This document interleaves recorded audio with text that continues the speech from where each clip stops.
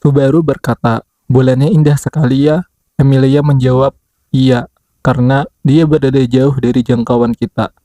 Ungkapan tersebut merupakan percakapan yang dilakukan oleh Subaru dengan Emilia di episode 4 menit ke-19 season 1 pada anime tersebut.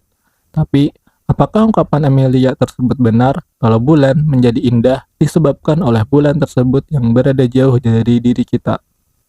Dalam memahami nilai estetika dan juga moral, semua itu tidak lepas dari bagaimana manusia memiliki kapabilitas dalam merasakan dan bersimpati terhadap sesuatu yang pada akhirnya menciptakan sebuah nilai yang baik dan yang buruk. Kapabilitas manusia dalam menampung atau menggunakan emosi ini tidak terlepas dari pengaruh sebuah hasrat yang terpendam di dalamnya. Yang dengan itulah kita bisa merasakan pengalaman ekstase atau kenikmatan dalam berinteraksi pada objek pemuas kebutuhan atau objek of desire. Yang jika kita kembali lebih dalam kepada teori yang dicetuskan oleh Karl Marx, kehidupan manusia itu dibangun dan ditentukan oleh alat produksi, yang dalam hal ini berarti sumber daya alam dan sumber daya manusia yang tersedia pada suatu komunitas tertentu. Dan dengan hasrat untuk mempertahankan kehidupan itulah, kita pada akhirnya menciptakan nilai-nilai moral atau kode etik atau norma sosial, atau dalam bahasanya Karl Marx disebut sebagai hubungan produksi, agar sumber daya yang ada dapat disalurkan dengan baik dan tidak terbuang sia-sia. Dalam hal tersebutlah timbul sesuatu yang Karl Marx sebut sebagai ideologi, yang singkatnya sebuah cara pandang atau pegangan hidup bagi kita sebagai manusia dalam menentukan suatu aktivitas atau bertindak pada sesuatu sebagai bentuk dari mempertahankan kehidupan kita sendiri, atau singkatnya adalah cara kita sebagai manusia untuk menghadapi atau menjalani sesuatu yang nyata pada kehidupan kita, yang dalam konteks ini adalah kebutuhan untuk hidup. Dalam teorinya Karl Marx, hal tersebut bisa disebut sebagai reflection theory atau vulgar Marxism. Namun, kontras dengan pendapat tersebut, Althusser mengkritisinya dengan membawa pandangan Lacanian dalam hal ini, yaitu pada 3 tahap perkembangan manusia, di mana Althusser dengan teorinya Lacan menarik lebih jauh lagi tentang pembahasan ideologi ini pada bagaimana kita sedari awal memang sudah terideologi di saat kita sudah mulai mengakuisisi sebuah bahasa. Bahkan lebih radikal lagi, yaitu di saat kita belum lahir dan masih berupa janin di dalam perut ibu. Kita sudah dimasukkan ke dalam sebuah ideologi tertentu yang dianut oleh orang tua yang akan melahirkan anak itu. Sebagai dampaknya adalah kita menganggap kalau apa yang benar secara moral juga yang indah secara estetika dibangun atau dibentuk oleh ideologi yang sudah ditentukan oleh orang tua kita sebelum kita lahir ke dunia. Dan sesuai dengan apa yang Lacan sendiri jelaskan pada teorinya, yaitu kalau hasrat tidak menunggangi bahasa, namun bahasalah yang memanipulasi hasrat. Sebagai implikasi dari akuisisi bahasa ini yang menciptakan sebuah ideologi yang menentukan benar dan salahnya sesuatu, indah dan buruknya sesuatu, subjek yang tenggelam pada ideologi atau pada bahasa akan merasakan sebuah kekurangan pada dirinya yang disebut sebagai lack. Yang dengan hal itulah Lacan menciptakan teori psikoanalisis radikalnya sebagai cara kita untuk menutupi kekurangan itu dengan langsung berhadapan atau berkonfrontasi terhadapnya. Kekurangan atau lack ini merupakan sebuah keniscayaan. Maksudnya adalah ia akan terus ada dan menghantui diri subjek disebabkan oleh kekurangan atau lack tersebut tercipta dari rasa kepenuhan yang ada sebelum kita ada atau terlahir untuk ada, atau singkatnya sebelum kita memahami suatu bahasa yang meniadakan keinginan selain sebuah kepenuhan.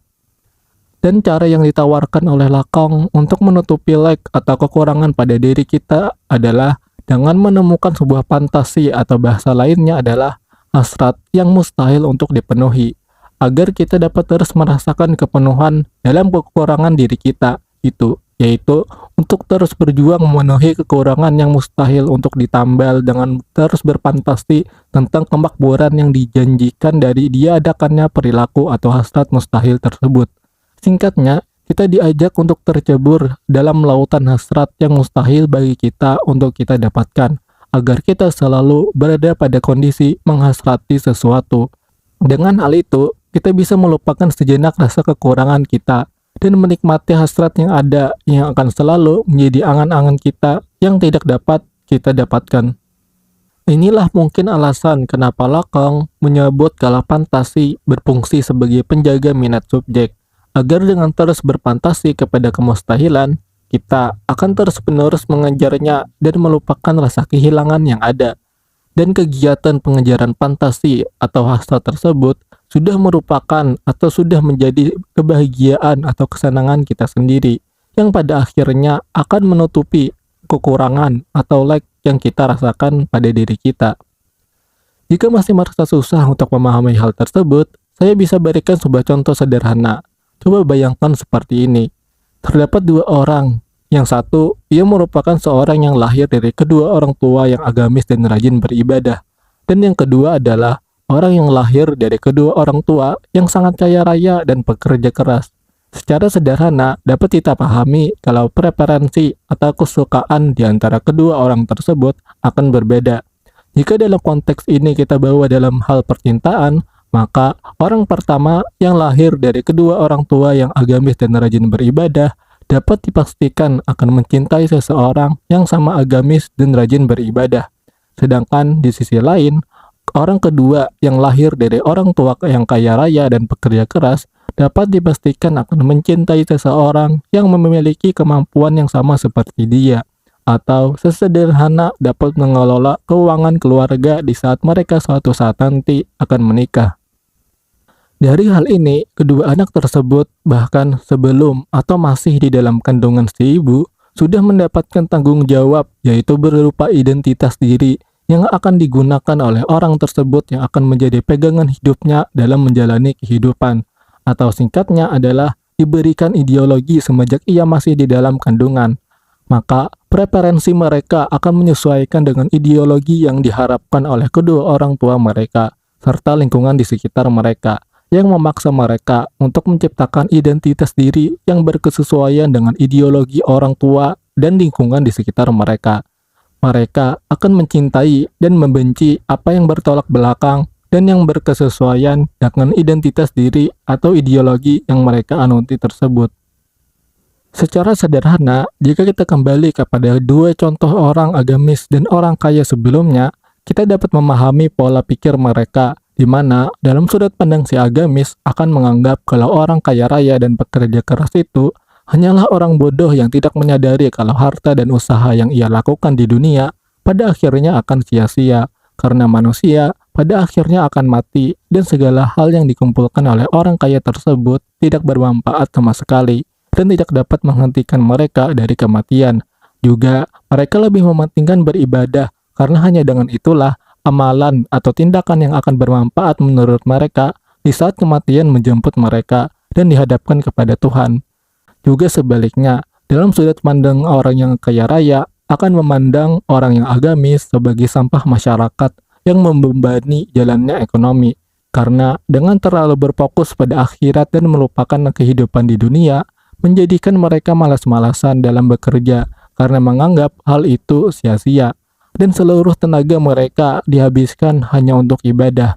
Hal tersebutlah pastinya sangat mengganggu perekonomian yang masih sekarang mengandalkan tenaga manusia atau sumber daya manusia yang ada.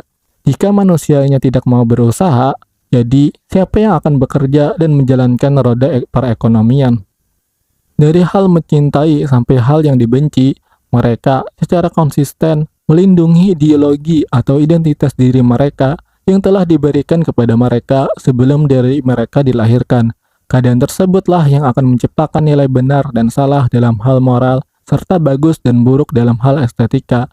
Dan kembali kepada teori yang Lacan sebutkan sebelumnya, kalau fantasi dalam hal ini bekerja untuk melindungi ideologi atau identitas diri tersebut agar kita dapat terus bahagia menjalani kehidupan kita sambil dengan melupakan kekurangan yang ada pada diri kita, pada identitas kita, dan pada ideologi kita. Jika kita kembalikan semua pembahasan ini kepada percakapan antara Subaru dan Amelia sebelumnya, kita seharusnya sudah memahami kenapa bulan itu terasa indah jika dilihat dari jarak yang jauh. atau alasan kenapa bulan yang sulit untuk kita gapai menjadikannya sebagai hal yang menarik dan indah dalam pandangan kita. Hal itu disebabkan karena fantasi yang menciptakan rasa kesenangan dan kenikmatan dalam memikirkannya atau terjun di dalamnya. Yang dengan itulah kita bisa merasa bahagia dan senang dan menciptakan sebuah penilaian benar atau indah di saat kita terlibat pada fantasi tersebut. Dalam konteks Subaru dan Amelia sebelumnya, keadaan di mana mereka tidak bisa menuju ke bulan dan hanya dapat menyaksikannya dari kejauhan dari bumi, menandakan kemustahilan dalam memenuhi hasrat untuk menuju ke bulan tersebut, yang lambat laun akan berubah menjadi fantasi yang akan selalu mereka pikirkan dan bayangkan. Karena dengan hal itulah kita bisa menjadi bahagia dan merasakan keindahan daripadanya. Kemustahilan menandakan fantasi yang tiada akhir, karena mustahil untuk didapatkan. Berarti kita akan terus-menerus berada pada dunia fantasi yang dipenuhi oleh kenikmatan dan kesenangan di dalamnya. Dalam konteks inilah ucapan dari Amelia tersebut menjadi benar, yaitu alasan dari kenapa bulan itu terasa indah di saat kita memandangnya, itu disebabkan karena bulan itu jauh dari jangkauan kita, yang pada akhirnya menciptakan hasrat yang mustahil untuk dipenuhi, yang pada akhirnya akan jatuh kepada fantasi untuk selalu membayangkan keindahannya, kalau seandainya kita bisa mendapatkannya.